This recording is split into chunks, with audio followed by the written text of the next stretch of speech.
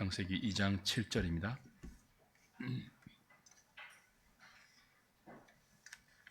창세기 2장 7절 우리 같이 한 목소리로 합독하겠습니다. 여호와 하나님이 땅의 흙으로 사람을 지으시고 생기를 그 코에 불어넣으시니 사람이 생명이 된지라. 아멘. 오늘 신앙고백서 제4장 하나님의 창조 2항을 공부할 차례입니다. 하나님의 창조 2항은 인간 창조에 대한 신앙 고백입니다. 하나님은 사람을 창조하기 전에 하늘과 땅과 우주 만물 안에 있는 모든 피조 세계를 만드시고 그 모든 것들을 하나님과 더불어 통치할 수 있는 하나님의 형상으로 사람을 지었습니다. 오늘은 그렇게 하나님께 지원받은 사람의 사람됨, 그 목적과 존재 의미를 함께 2항을 통해서 공부하겠습니다. 2항 같이 읽을까요? 하나님께서는 다른 모든 피조물들을 만드신 후에 이성적이고 불멸하는 영혼을 지닌 사람, 곧 남자와 여자를 창조하셨으며 그 자신의 형상을 따라서 그들에게 지식과 의와 참된 거룩함을 부여하셨으며 그들의 마음에 하나님의 율법을 기록하셨고 게다가 그 율법을 이행할 수 있는 능력도 주셨다. 그러나 그들은 의지의 자유를 허락받은 상태에서 죄를 지을 가능성 아래 놓여 있었고 그들의 의지는 언제라도 변할 소지가 있었다. 인간은 마음에 새겨진 율법에 더하여 선과 악에 대한 지식의 열매를 먹지 말라는 명령도 받았다. 그들이 그 명령을 지키는 동안은 하나님과의 교통으로 행복에 가득 찼으며 또한 피조물들을 지배하며 다스렸다. 인간 창조에 대한 신앙 고백서의 고백입니다. 사람은 창조의 마지막에 지어진 존재죠. 하나님께서 다른 모든 피조물을 만드신 후에 당신의 창조의 면류관으로 인간을 지으셨습니다. 우리가 땅에 거주하면서 필요한 모든 것들을 하나님은 인간을 창조하기 이전에 다 구비해 두신 후 그리고 인간을 창조하셨습니다. 창조하시되 남자와 여자를 이성적이고 불멸하는 영혼을 지닌 존재로 만드셨죠. 거듭 우리가 확인하지만 사람은 진화의 산물이 아닙니다. 그죠? 하나님께서 지으신 피조물이고 그 피조물이 단순히 피조물 정도가 아니라 하나님을 닮은 하나님의 형상인 존귀한 피조물이다 하는 것을 신앙 고백서는 서술합니다. 하나님께서 남자와 여자로 인간을 창조하셨는데 오늘 본문 창세기 2장 7절의 말씀대로 남자는 흙으로 빚어서 그 코에 생기를 불어넣어 네페시하야 리빙 솔 살아있는 존재 생명이 되게 하셨습니다. 그러니까 사람의 육체는 본질이 흙이에요. 근데 그 육체의 영혼을 함께 하나님의 숨으로 하나님의 생명으로 불어넣어 주셔서 우리가 영혼과 육신을 함께 가진 전인적인 살아있는 생명 존재가 되게 하셨다고 성경은 이야기하십니다. 그리고 남자를 돕는 배필로 아담을 깊이 잠들게 하시고 그의 갈비뼈 하나를 취하여서 여자를 만들어 남자에게로 이끌어 둘이 하나 되는 복된 가정을 이루어 주셨죠. 그 남편과 아내의 하나됨 속에는 에베소서 5장 이후의 말씀처럼 그리스도와 교회의 신비한 연합이 반영되어 있고 또 삼위 하나님 사이에 친밀한 사랑과 그리고 완전한 연합이 투영되어 있습니다. 그래서 하나님은 사람을 남자와 여자로 지으시고 하와를 아담에게 이끌어서 둘이 하나 되게 하는 포부로 묶어 두신 뒤 하나님이 합한 것을 사람이 나누지 못할지니라 하고 이혼을 허락하지 아니하셨죠. 그러니까 하나님이 합해 주신 거예요. 사람끼리 우연히 만나서 사랑을 싹 틔우고 천년만년 살자 합의해서 결혼한 게 아니고 그 배후에는 하나님의 주권적인 섭리가 남편과 아내를 만들어 주셔서 그 속에 무엇을 담아 놓았다고요? 그리스도와 교회의 신비한 연합을 담아 놓으셨고 또 삼위 하나님 사이에 그 신적인 사랑의 교제를 맛볼 수 있도록 부부 사이를 사랑하는 그런 연합으로 묶어 두셨습니다. 그러므로 어떤 어려움이 있든지 부부는 갈랐으면 안 돼요. 신앙적으로. 만약에 부부가 합의해서 갈라서고 이혼한다면 그건 그리스도와 교회가 어떤 이유에서든 합의하면 갈라질 수 있다는 것을 스스로 선포하는 거예요. 그리고 갈라질 수 없는 삼위 하나님 사이의 완전한 신적 연합과 사랑의 교제도 깨트려 버릴 수 있다고 스스로 이야기하는 형국이 되어버립니다. 이 시대는 그런 가정의 신비, 부부의 연합에 담겨있는 신학적인 깊은 의미를 교인들도 완전히 무시하는 시대죠. 다양한 이유로 이혼을 쉽게 하고 그 고통을 온 몸으로 느끼고 사는 그런 현실을 보면 마음이 아프죠.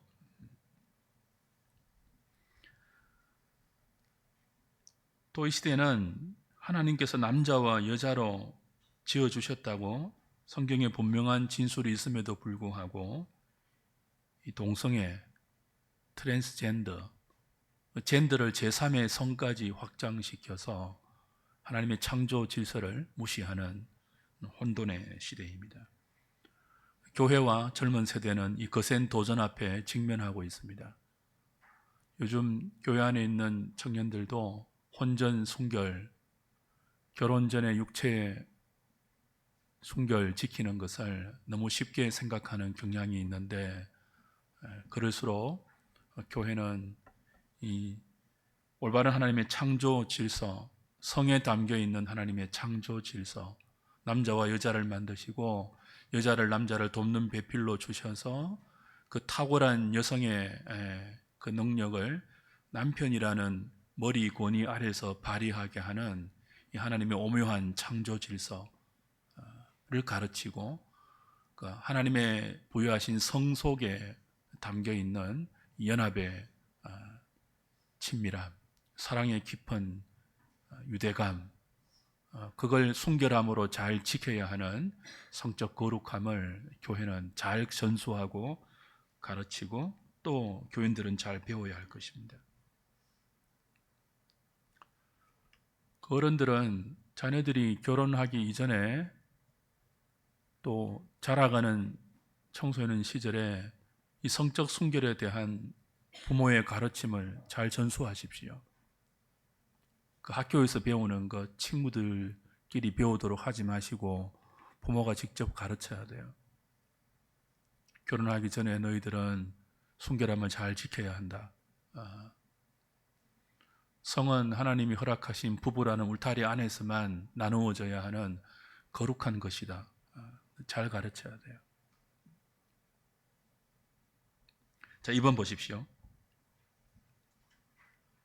인간은 진화의 산물이 아니라 피조물이기 때문에 창조주이신 하나님의 뜻이 아니고는 숨쉬는 것조차 불가능하죠. 하나님의 주권적인 섭리가 아니라면 손가락 하나도 우리는 움직일 수 없는 창조주 하나님께 의존해야 하는 의존적 존재입니다. 하나님이 우리 코끝에 호흡을 가지고 가시면요, 그 순간 우리는 아무것도 못해요. 그 의존적 존재입니다. 지금은 우리가 마음대로 할 수 있는 것처럼 느낄지 모르겠지만 하나님께 100% 의존해야 하는, 절대적으로 의존해야 하는 그 의존적 존재예요. 그 하나님을 떠나서 독립할 수 없는 의존적인 존재가 우리다 하는 사실을 분명히 기억해야 되고, 동시에 사람은 하나님께 지원받은 피조물이지만 인격체로 지어졌어요.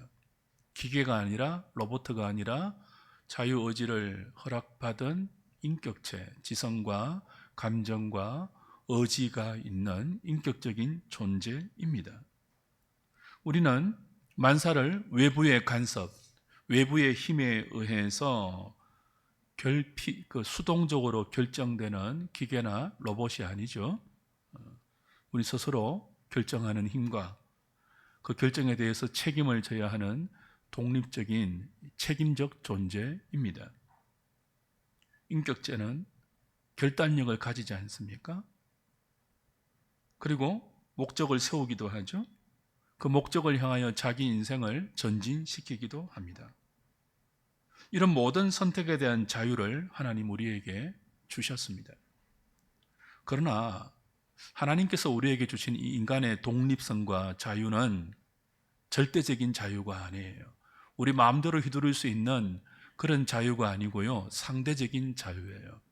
하나님의 주권 아래서, 하나님의 뜻 안에서 발휘해야 하는 상대적 자유, 신비입니다. 피조물로서 우리는 하나님을 떠나서 손가락 하나도 움직일 수 없는, 그런 말 한마디조차 내뱉을 수 없는 그런 인격체이죠. 동시에 우리는 우리 스스로 내 손가락을 내 의지로 움직입니다. 우리가 말하고 싶을 때 말을 합니다. 말하기 싫으면 입을 닫을 수 있습니다.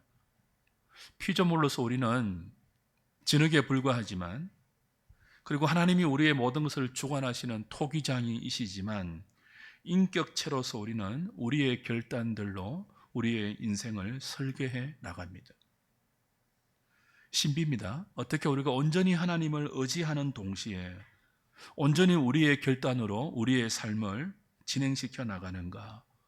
그 둘이 서로 충돌되거나 모순되지 않고 인격체인 동시에 피조물로서 온전히 하나님을 의존하는 동시에 자유를 가지고 하나님의 뜻 안에서 우리 생을 펼쳐가는지는 참으로 신비로운 내용이죠.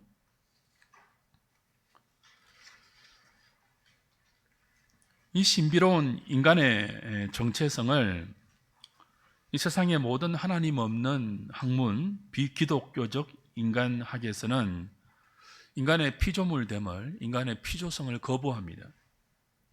동시에 정반대로 모든 결정론적 인간학은 마치 하나님이 모든 것을 우리에게 기계처럼 다루듯이, 우리는 아무런 자유의지도 없는 로봇 같은 존재이듯이 꼭두각시나 되는 것처럼 인격체성을 나타내지 못하는 또 다른 극단이 있습니다.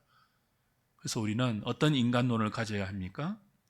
피조물인 동시에 의존적인 피조성을 생각하는 동시에 인격적인 존재임을 함께 가르치는 성경의 진술을 우리가 잘 유지하고 전수해 나가야 되겠죠.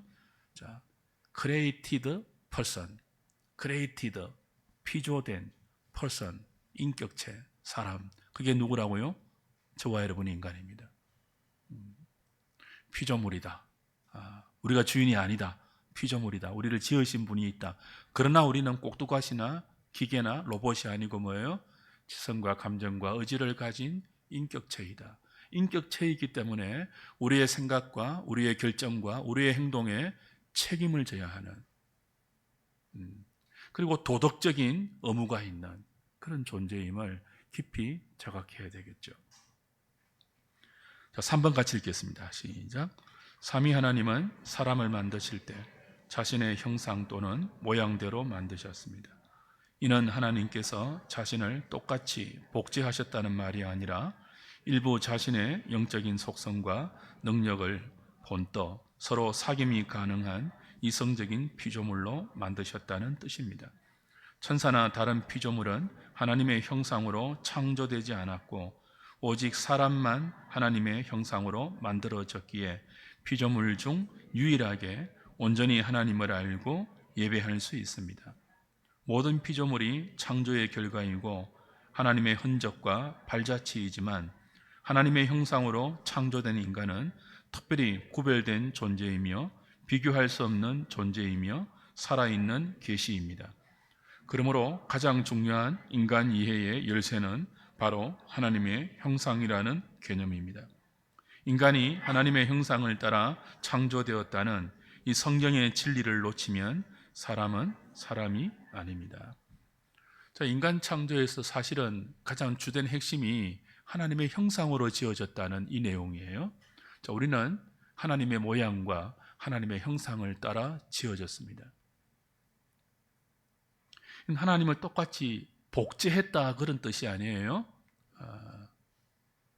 하나님께서 우리를 당신을 닮게 지으셨다 그런 뜻이죠. 하나님의 영적인 속성의 일부와 하나님의 능력의 일부를 우리에게 주셔서 하나님과 사귐이 가능한 이성적인 존재로 우리를 지으셨다는 것이 하나님의 형상으로 만들었다는 성경의 진술입니다. 그래서 피조물 중에 하나님과 교제할 수 있고 하나님을 예배할 수 있는 유일한 존재가 누구예요? 사람이에요. 다른 피조물을 하나님을 알지 못하고 예배하지 못하죠. 하나님과 사귈 수 없죠. 오직 우리만이 뭐예요? 하나님을 닮은 하나님의 형상으로 지원받아서 하나님의 퍼선을 우리도 지정의로 허락받아 그 퍼선과 퍼선이 하나님의 퍼선, 성부, 성자, 성령과 우리의 퍼선, 우리의 지성과 감정과 의지가 서로 영적으로 교통하면서 교제할 수 있는, 사귈 수 있는, 그 생명을 함께 나눌 수 있는 너무나 독특하고 복된 그리고 존귀한 존재가 인간이죠. 그래서 이 하나님의 형상을 떠나서 인간의 존귀함을 사실은 설명할 수가 없습니다. 그러니까 하나님의 형상을 떠난 인간의 설명, 인간의 이해는 사람을 사람 되게 하지 못하는 그런 것에 불과하죠. 요즘 어떤 신학자들은 천사도 하나님의 형상이다 그렇게 말하는데요. 그렇지 않습니다. 천사는 하나님의 형상이 아니에요. 영적인 존재이죠. 하나님께 수종드는 존재이지 하나님과 사귀고 우리처럼 하나님과 이렇게 거의 대등한 관계로 시편 8편은 하나님께서 우리를 엘로힘보다 조금 못하게 지었다 그렇게 말하거든요. 하나님보다. 그만큼 인간은 존귀하게 하나님을 닮아서 창조되었습니다. 천사는 우리처럼 그렇게 존귀한 피조물이 아니에요. 나중에 천국에 가면 천사가 우리들도 수종들겠죠. 근데 천사도 하나님의 형상이다 그렇게 말하는 것은 성경의 진술을 벗어난 좀 과격한 진술입니다.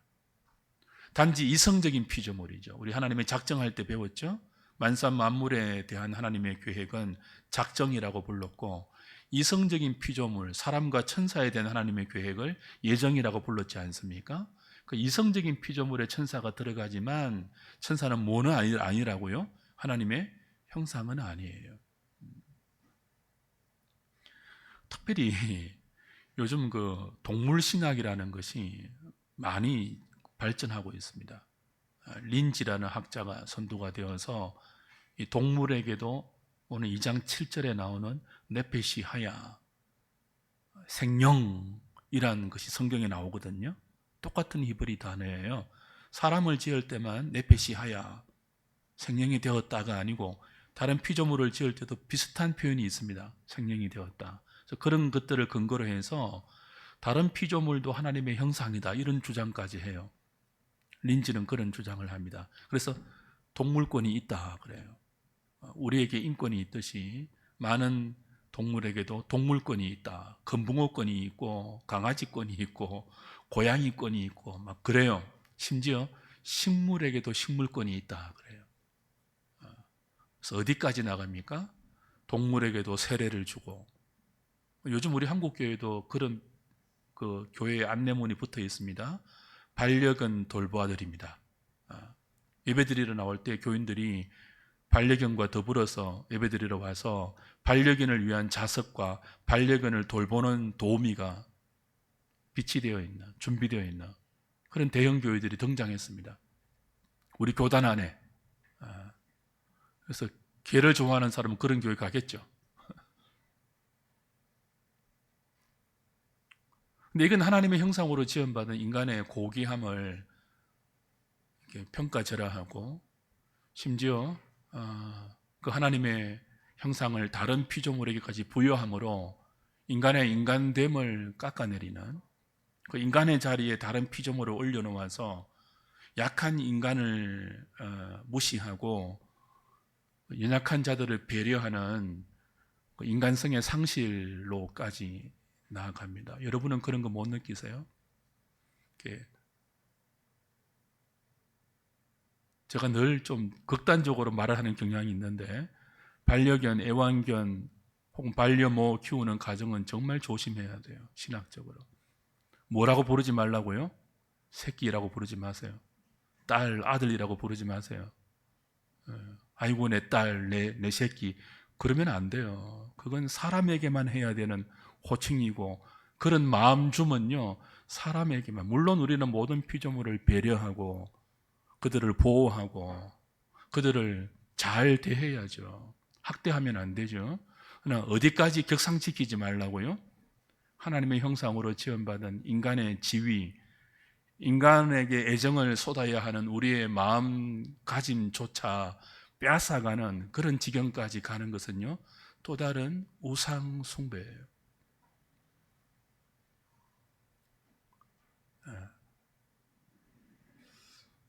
참 할 말이 많지만 제가 지금 절제하고 있습니다.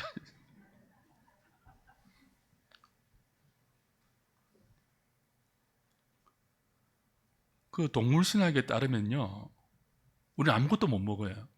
그래서 대부분 이 동물신학을 동의하는 사람들은 베지테리안들이 많거든요. 채식주의자들이 많은데, 한 걸음 더 나가면 식물권도 있잖아요. 식물권. 그럼 콩나물도 못 먹고 시금치도 못 먹고 아무것도 못 먹어요. 그걸 어떻게 살생을 합니까?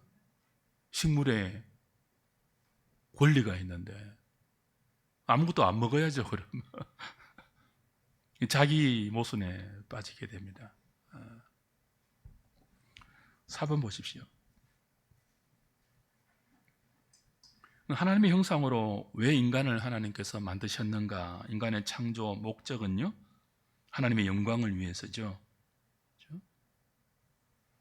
이사야 43장 21절에 하면 이 백성은 내가 나를 위하여 지었나니 나의 찬송을 부르게 하려 함이니라. 우리는 하나님의 영광을 위해서 하나님의 형상으로 창조되었습니다.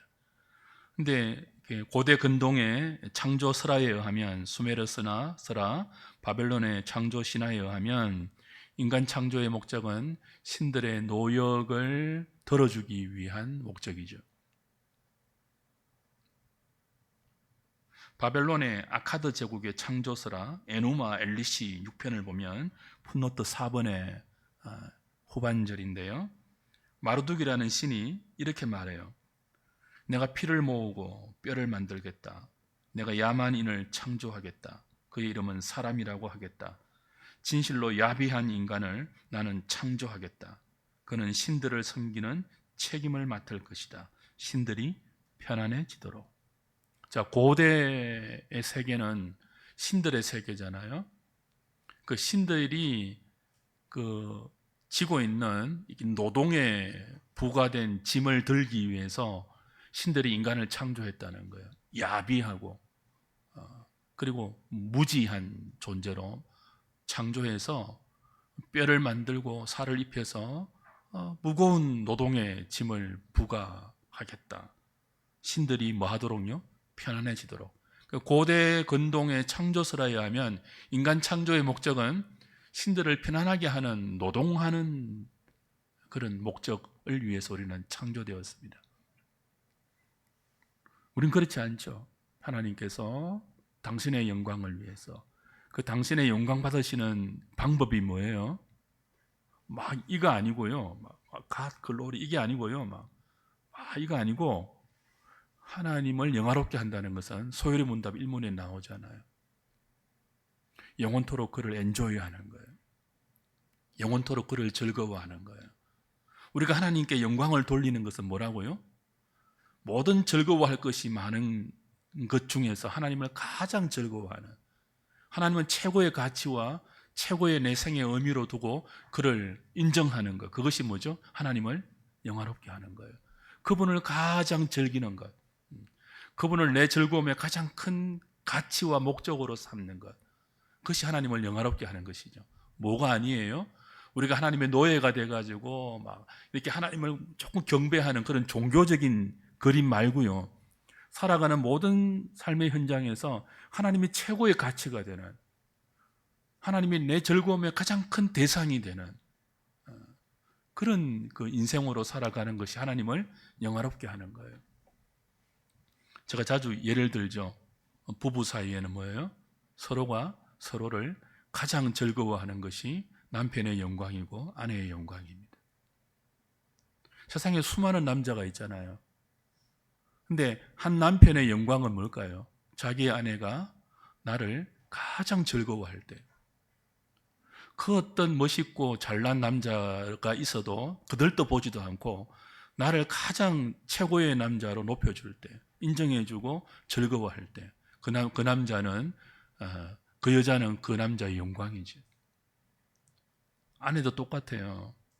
수많은 여자가 있는데 내 남편이 그 중에 나를 최고로 사랑해 줄 때, 사랑할 여자가 얼마나 많아요, 세상에. 이쁜 여자 얼마나 많아요. 멋있는 여자 얼마나 많아요. 매력적인 여성이 얼마나 많아요. 그럼에도 불구하고 그 모든 다른 여성은 흑백으로 보이고 자기 아내만 칼라로 보여서 아내만이 최고의 즐거움의 대상이고 엔조이의 가치가 되는, 그때 이 아내는 남편에게 영광을 받는 거죠. 하나님께서 우리에게 어떻게 영광을 받는다고요? God glory 이거 말고요, 내가 잘 돼가지고 모든 것이 하나님 덕입니다, 이것도 물론 그런 그림이 조금은 있겠지만 그 정도 말고요, 어디서 무엇을 하든지 하나님께 내가 하나님이 나의 최고의 즐거움의 대상이고 최고의 목적으로 살아가는 그것이 우리를 지으신 목적입니다. 이 백성은 나를 위하여 지었나니 나를 찬송하게 하려 함이라. 그게 찬송이죠. 그게 찬송이죠.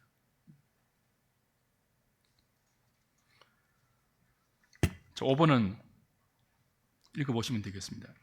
하나님의 형상은 하나님을 닮았다, 그런 뜻이니까 우리가 하나님을 닮은 존재예요.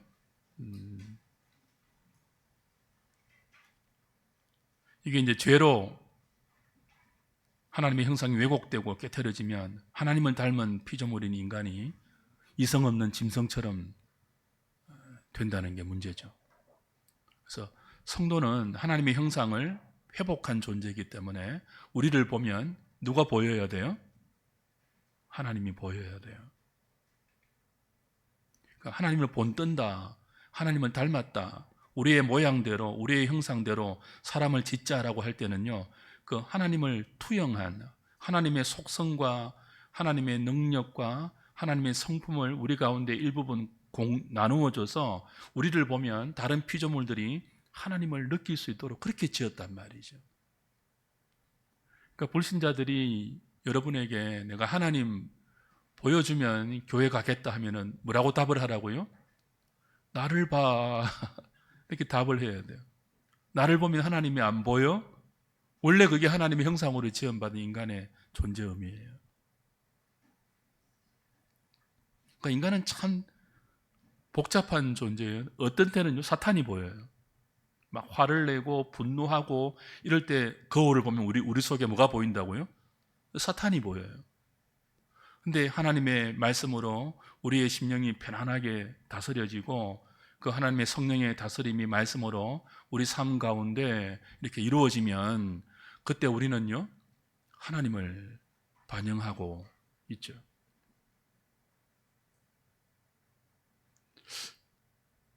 이 심하면 이단으로 가는데 이제 여러분을 보면 뭐예요? 하나님이 보여야 돼요. 나를 봐. 하나님 안 느껴져? 안 느껴지는데 이러면 우리가 지금 잘못 살고 있는 거예요. 기도해야 되겠죠. 그래서 우리는 그냥 편하게 예수 잘 믿고 이 땅에서 잘 살고 가는 그 정도로 부름받지 않고요, 하나님을 보여주는 총기한 존재로 부름받았기 때문에 고난이 많은 거예요. 그 고난 속에서 하나님을 보여주는 존재로 우리가 빚어지고 만들어지고 다듬어지고 깎아지는 거예요. 그 고난 속에서 이성 없는 짐승 같은 모습은 버리고 존귀한 하나님의 형상으로 우리가 자꾸 빚어져 가는 거죠. 자, 하나님의 형상을 개역신학은요 6번입니다. 두 가지로 구분해요. 하나는 넓은 의미의 형상, 다른 하나는요 좁은 의미의 형상이에요. 넓은 의미는 강의적인 형상이라 부르고 좁은 의미는 협의적인 형상이라고 부르는데, 이 넓은 의미의 형상을 구조적 형상으로 부르기도 합니다. 좁은 의미의 형상은요 기능적 형상, 그렇게 부르기도 해요. 자, 하나님의 형상은 몇 가지로 구분된다고요? 두 가지. 하나는 뭐예요? 넓은 의미의 형상. 또 하나는요 좁은 의미의 형상. 넓은 의미의 형상이 뭐냐라고 하면 이건 구조적인 형상이에요. 인간의 구조. 자, 영혼과 육신으로 구조되죠. 그죠? 지성과 감정과 의지라는 구조를 우리는 갖고 있지 않습니까? 그게 전인이에요. 그러니까 우리 인간의 구조 속에 들어있는 모든 것, 지성, 감정, 의지, 재능, 은사, 육체적인 건강, 그리고 창조력, 인간이 다른 피조물과 구별되게 갖고 있는 모든 탁월한 어떤 그런 구조, 그 모든 것들은 넓은 의미의 하나님의 형상이에요. 하나님의 속성이 일부분 우리 가운데 허락되어 있는 선함과 자비로움과, 그죠? 또 창조성과 우리가 배웠던 많은 그런 것들이 있잖아요. 그 모든 인간을 구조하고 있는 하나님으로부터 받은 모든 하나님을 닮은 이 모든 우리의 우리됨을 넓은 의미의 형상, 그렇게 불러요. 근데 그 모든 인간을 구조하는 지성과 감정과 의지와 그에 동반된 모든 재능과 또 은사들을 바르게 기능하게 하는 것을 좁은 의미의 형상, 그렇게 불러요. 그러니까 우리의 지성과 감정과 의지를 바르게 기능하게 하는 것, 바르게 역할하게 하는 것이 하나님과의 관계에서, 다른 사람과의 관계에서, 피조 세계와의 관계에서 바르게 우리의 지성과 감정과 의지가 기능되어야 되는데, 그것을 기능하게 하는 것을 좁은 의미의 형상이라고 부르고, 세 가지로 바른 지식과 참된 지식과 의와 거룩함, 그렇게 에베소서 4장과 골로새서 말씀은 설명해 주죠. 자, 좁은 의미의 형상 뭐라고요? 모든 인간의 구조를 바르게 기능하게 하는 것, 하나님을 바르게 사랑하게 하고 이웃을 바르게 사랑하게 하고 피조 세계를 바르게 다스리게 하는 이 삼중적인 관계 속에서 우리의 모든 구조가 바르게 기능하게 하는 것이 뭐라고요? 참된 지식과 의로움과 의와 거룩함이라는 거예요. 이 원의, 이 좁은 의미의 형상을 하나님께서 우리에게 주셔서 우리의 모든 지성과 감정과 의지를 바르게 기능하게 하셨습니다. 바르게 기능하는 구체적인 내용이 뭐죠? 하나님을 마음을 다해 사랑하게 하고 이웃을 내 몸처럼 사랑하게 하고 모든 피조 세계를 하나님의 뜻대로 다스리게 하는 거예요. 근데 이것이 뭐로 깨트려집니까? 죄로 깨트려졌죠. 인간이 범죄했을 때, 타락하고 불순종하여 하나님 앞에 죄를 지었을 때 즉시 무엇이 상실되었습니까? 좁은 의미의 원의, 하나님의 형상이 깨트려졌습니다. 그러니까 모든 인간의 구조를 바르게 기능하게 하는 의와 지식과 거룩함이 깨트려졌습니다. 상실되어 버렸습니다. 그러니 남아있는 모든 인간의 구조, 지성과 감정과 의지도 제대로 기능을 합니까? 못합니까? 못하죠. 제대로 기능하는 것은 뭐예요? 하나님을 사랑하고 이웃을 사랑하고 다른 모든 피조 세계를 하나님의 뜻대로 잘 다스리는 거예요. 잘 관리하는 거예요. 그 기능이 깨트려지니까 어떻게 됩니까? 모든 우리의 구조를 죄악된 방향으로만, 하나님의 뜻과 그 대치되는 방향으로만 기능하게 되죠. 하나님을 사랑하고 이웃을 사랑하는 대신 뭐 한다고요? 자기만 사랑하는. 피조 세계를 하나님의 뜻대로 다스리는 것이 아니라 뭐예요? 탐욕으로 파괴하는. 그래서 인간 때문에 이 지구촌이 불행해지는 그런 비참함이 오늘 펼쳐지고 있죠.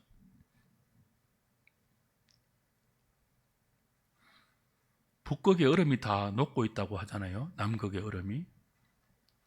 그래서 막 지금 우리나라도 막 그 무슨 기후입니까? 뭐 아열대성 기후가 되어서 막 이 소나기가 막 자주 오고 그러자 여름에. 그죠? 이 지구 온난화 때문에 그런 것 아니에요? 그 이제 그리스도인들은 이런 기후 대책, 환경 문제에도 관심을 깊이 기울여야죠. 우리나라가 계속 이렇게 그 에너지를 지구 온난화를 가속시키는 그런 에너지를 자꾸 이렇게 사용하면 몇 년 후가 되면요 수출도 못해요. 지금 선진국에서는 뭐 합니까? 지구 기후 대책 에너지 개발을 안 하는 나라에는요 물건 수입도 못하도록 관세를 많이 매깁니다. 우리나라 지금 그 준비가 안 되어 있어요. 이런 경제적인 이유 때문만은 아니고 성도들은 우리의 모든 구조가 바르게 기능하는 하나님의 형상을 회복받은 존재이기 때문에 환경과 기후와 이런 것들에도 관심을 가져야죠.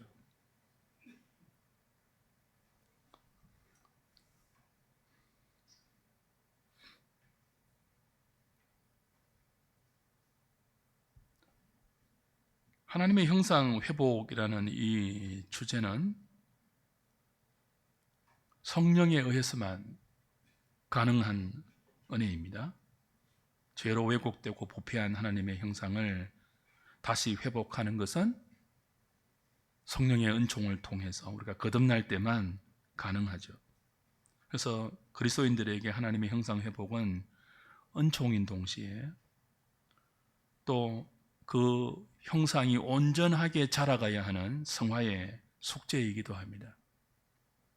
동시에 우리는 이 하나님의 형상으로 완전히 회복되는 점도 없이 흠도 없이 티나 주름 잡힌 것이 없이 완전한 하나님의 형상으로 회복되는 것을 우리를 보면 하나님이 어떤 분인지 완전하지는 않지만 반영되는 하나님께서 인간을 지으신 그 목적대로 완전한 인간으로 영화되는 그날을 소망하는. 그래서 하나님의 형상은 우리의 과제인 동시에 은총이며 동시에 뭐예요? 믿음으로 완성될 그날을 소망해야 하는 이 소망의 문제이기도 하죠.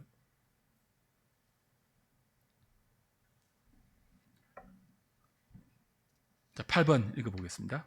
시작. 신앙 고백서는 하나님께서 사람을 이성적이고 불멸하는 영혼을 지닌 존재로 창조했다고 고백합니다. 창세기 2장 7절에 따르면 하나님은 흙으로 육체를 만드신 후에 자기의 생기를 불어넣어 사람을 생명이 되게 하셨습니다. 이는 하나님께서 사람을 자신의 형상을 따라 살아 숨쉬는 육체와 함께 불멸하는 영혼을 가진 신비로운 존재로 만드신 것을 뜻합니다.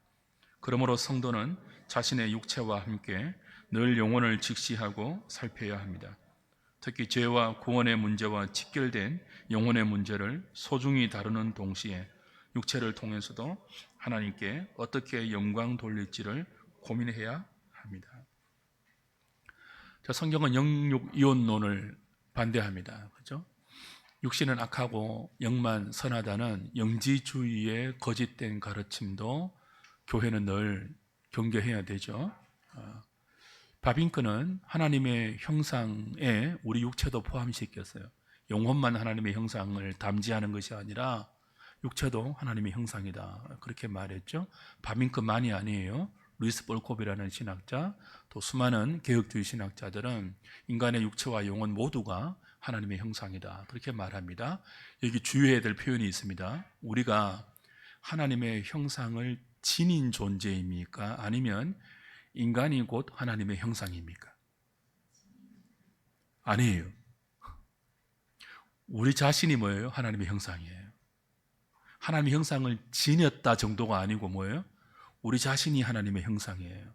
죄로 그 형상이 왜곡되고 깨트려지고 부서져서 그 하나님의 형상이 이성 없는 짐승 같은 형상으로 변모된 것이 죄가 만들어낸 심각한 문제이지만, 성령은 택한 자를 중생시켜서 우리 자신을 뭐예요? 다시 하나님의 형상으로 회복시켰죠.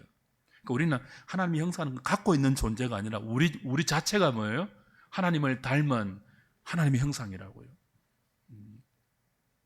근데 그 속에서 이제 영혼의 이 기능, 영혼의 이 소중한 그 존재를 우리는 기억해야 되죠. 근데 육체는 뭐 하면 안 된다고요? 영혼만 귀하다고 생각하고 육체를 하등한 것으로 취급해서도 안 된다는 거죠. 우리 육체로도 뭐예요? 우리 몸으로도 하나님께 영광을 돌려야 되는 것이고, 우리의 영혼이 하나님의 뜻과 어긋나는 방향으로 오염되거나 영혼이 그렇게 굴절되지 않도록 늘 우리 영혼을 살펴야 합니다. 그 자신을 살필 때 외모만 살피는 것이 아니라 우리 속사람, 우리의 영혼도 우리 늘 하나님 앞에서 살피고 거룩하고 순결하게 단장해야 하는 거죠. 그래야지 뭡니까? 몸도 하나님께 영광을 돌릴 수 있는 것입니다. 우리가 영혼이 불멸한 존재로 지원받았는데, 이 영혼 불멸이라는 주제를 생각할 때 또 하나 주의해야 될 점이 있습니다. 자연신학은 영혼 불멸이 그냥 우리 안에 부여된 자연적인 특성이라고 주장을 해요. 그렇지 않고 영혼도 뭐예요? 피조물이에요. 영혼도 하나님께 지원받은 그런 어떤 인간의 구성 요소예요. 영혼이 스스로 존재하지 않았습니다. 하나님이 지어주신 거예요. 그 코에 생기를 풀어 넣어주시니까 살아있는 존재, 흙으로 지은 육체만 있는 것이 아니라 영혼이 그 육체와 더불어서 함께 살아있는 존재가 되었거든요. 하나님이 코에 생기를, 당신의 생명의 숨을 풀어 넣어 주셨어요. 그러니까 영혼도 창조된 거죠. 피조된 거죠. 그러므로 영혼이 불멸하다는 것은 하나님께서 우리의 영혼을 붙들고 계시며 그 영혼을 불멸하도록 주관하고 있다는 뜻이지, 영혼 스스로 불멸하는 어떤 힘이나 능력을 갖고 있다는 자연주의 신학 혹은 자연 어떤 그런 그 학문에 우리의 생각을 빼앗기지 말아야 합니다. 영혼 불멸은 뭐예요? 하나님이 불멸하신 그 영혼을 만드셨고 붙들어 주셨다, 뭐 그런 뜻이에요. 그러니까 우리가 죽으면 육신은 어디로 가요? 흙으로 돌아가죠. 영혼은요? 불멸하니까, 죽지 않으니까 하나님께로 돌아가죠. 불신 영혼은요? 지옥으로 가죠. 음부로 가죠. 영혼이 생생히 하나님의 안식을 느끼는 동시에 지옥으로 간 영혼은 생생히 하나님의 고통과 진노를 경험하고, 나중에 재림하실 때 뭐예요? 그 흙으로 돌아간 육체, 썩은 육체, 죄로 한 육체와 이 불멸하는 영혼이 다시 뭡니까? 하나님의 능력으로 다시 전인을 이루어서 썩지 않는 몸으로 영원한 지옥과 영원한 천국으로 가게 되는 것이죠. 그래서 우리는 우리의 영혼과 육신을 모두 소중하게 생각하는 동시에 우리의 이 전인적인 존재를 가지고 하나님께 영광을 돌리기에 힘써야 합니다. 여러분의 몸을 아무렇게나 사용해서는 안 되겠죠. 쾌락의 도구로, 정욕의 도구로 우리의 육신과 우리의 생각과 우리의 영혼을 내어주어서는 안 되는 것입니다.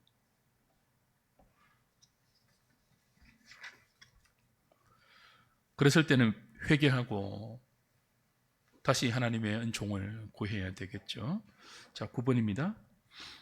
하나님은 사람의 마음에 자신의 율법, 도덕과 양심, 그죠?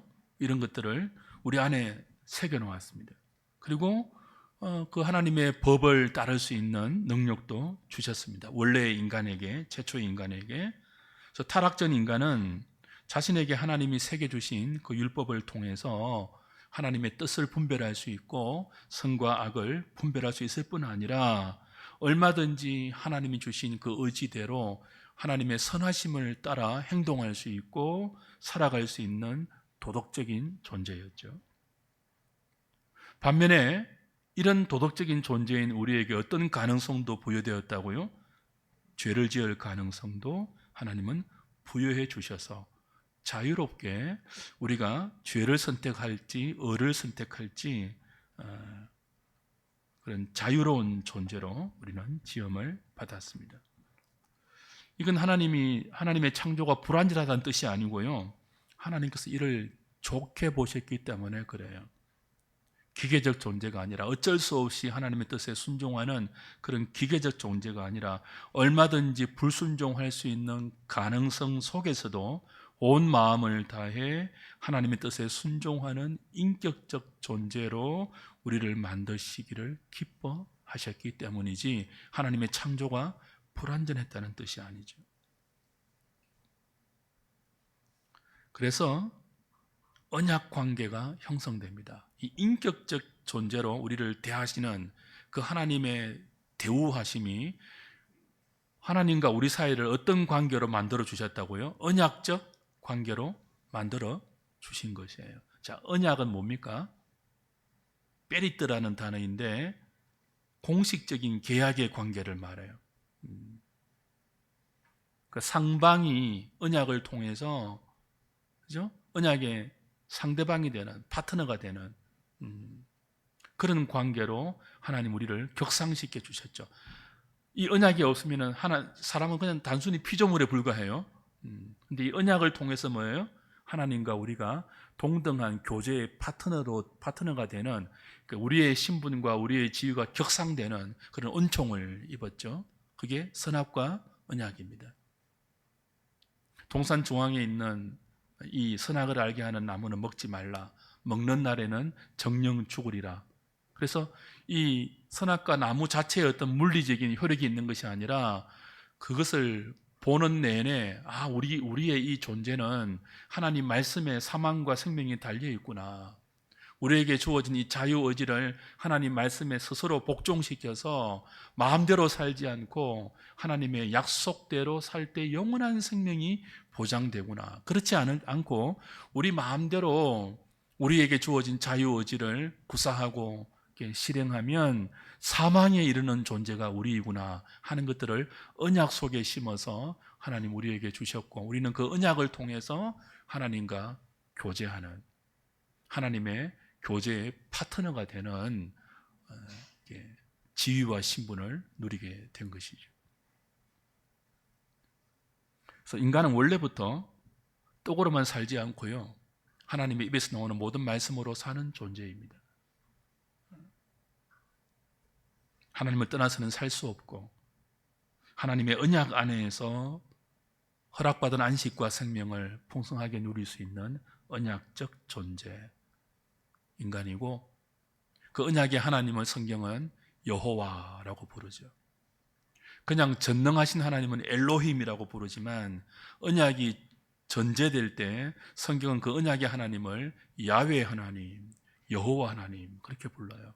그냥 전능하신 하나님 정도가 아니라 우리에게 언약을 맺어 주셔서 우리와 당신을 동등한 사랑의 이렇게 상대방으로 파트너로까지 격상시켜 주신 사랑의 하나님, 그 언약의 하나님을 뭐라고 부른다고요? 야훼, 여호와 이렇게 부르죠. 그래서 여러분 성경을 읽을 때 여호와 하나님이라는 단어가 나오면 꼭 무엇을 상기하시라고요? 언약의 하나님. 우리가 어떤 존재라고요? 언약적 존재. 우리를 언약적 존재로 대우해 주신다. 그걸 이제 기억하셔야 되죠.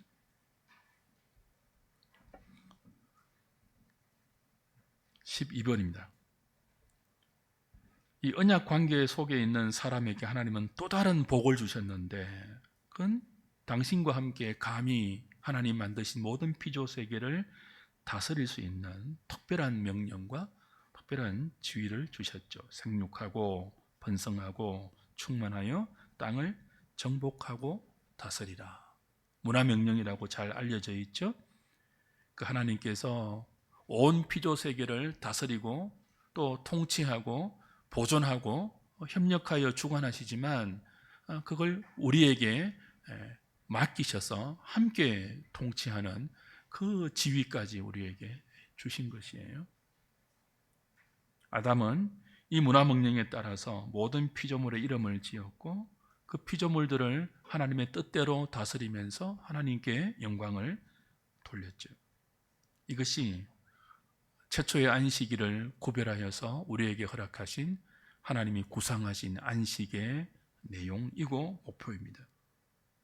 하나님은 당신의 형상으로 지은 우리와 함께 피조 세상을 돌보며 그 나라를, 그 모든 세계를 하나님의 통치가 임하게 하는, 그 하나님의 생명과 안식과 기쁨이 충만한 하나님의 나라가 되게 하는 아이디어를 가지셨고, 그 아이디어의 면류관으로 우리를 지어서 우리를 통하여서 하나님 나라를 관리하도록, 확장하도록 명령을 주신 거예요. 그리고 그 명령의 센터에는 가정이 있습니다. 성도의 가정이 하나님의 나라가 되고 그 성도의 가정에서 자라나고 태어나는 경건한 자손들이 하나님 나라의 또 다른 백성으로 번성해서 그 가정을 하나님 나라로 잘 지켜서 그 가정의 확산으로 뭐예요? 하나님의 나라가 퍼져나가는, 번성하도록 하는 하나님의 아이디어가 가정 안에 들어있는 거죠. 그래서 교회는 가정을 잘 이렇게 가꾸고 돌보도록 성도들을 잘 양육해야 합니다. 13번 마지막인데요. 인간론, 하나님의 형상으로 지원받아 하나님께 영광을 돌리고 하나님 나라를 이 땅 가운데 하나님과 더불어 영광스럽게 건설하고 확장해야 할 이 인간의 존재 목적과 의미와 이런 인간의 정의가 이 AI 시대, 그 인공지능 시대에 정말 많은 다른 모습으로 정의되고 있습니다. 어제 설교 준비하다가 머리가 너무 아파서 그거 해봤습니다. 그 사진 넣으면은 미니미 있거든요. 아십니까? 우리 사진을 넣으면 AI가 어릴 때 모습, 귀여운 모습, 정명 모습, 온갖 모습으로 다 꾸며져요. 제가 우리 가족 단톡방에 지금 제 모습하고 우리 집사람 모습을 합성해서 지금 저와 집사람이 아이를 낳으면 어떤 모습일까를 올렸더니 너무 늙었게 나오는 거 있죠. 하여튼 그런 지금 시대예요. 또 저는 이렇게 막 AI하고 많이 싸우거든요. 요즘 얼마나 AI 많이 씁니까? 그죠? 챗 GPT 비롯해서. 얘들이 너무 가짜 정보를 많이 알려주니까 정말 번역 같은 거는 정말 빠르게 합니다. 우리 영어가 다 약하기 때문에 원서 같은 거 읽을 때 긁어서 번역해줘 하면 막 금방 해주거든요. 그리고 이 인터넷 정보상에 있는 모든 지식들을 이 AI는 정말 짧은 시간에 다 구축해서 자기 나름대로 재구성하여 자기의 답을 제시하는데요. 쏙을 정도로 많은 다양한 의견들을 제시합니다. 그래서 이런 시대에 인간의 정의, 하나님의 형상으로 지원받은 인간이 AI로 각색되고 AI로 우리의 성품까지 공격을 당하는 첨단의 문화 속에서 우리 성경이 말하는 인간의 존엄성을 더욱더 잘 지켜야 하는 그런 시대를 지금 맞고 있습니다. 성경이 말하는 인간론에 귀를 기울여야 합니다. 성경이 말하는 인간론은 고루한 옛날의 문화가 아닙니다. 인간을 인간되게 하는 하나님의 형상을 지킬 수 있는 유일한 방어막은 교회가 유일합니다. 성경을 가지고 시대를 진단해야지 시대의 산물을 가지고 성경을 각색하면 안 되겠죠. 늘 우리는 성경의 진리로 이 시대에 범람하는 모든 문화들을 재해석하고 그것이 과연 하나님의 뜻에 부합한 것인지 하나님 나라를 만들어가는 바른 문화와 바른 가치관과 바른 그 생각들이 맞는지를 늘 성경으로 이렇게 판단하고 분별해서 그걸 함께 고민하며 살아내어야 합니다. AI 시대에 고민해야 될 부분이 참 많아요. 유용하게 사용하되 그 단점과 위험성을 충분히 인식하면서 이 시대를 우리는 살아가야 합니다. 하나님이 창조하신 목적대로 하나님의 형상인 우리가 더 존귀하고 거룩한 삶을 살 수 있도록 주께서 은혜 주시기를 바랍니다. 찬송가 68장 찬송하겠습니다.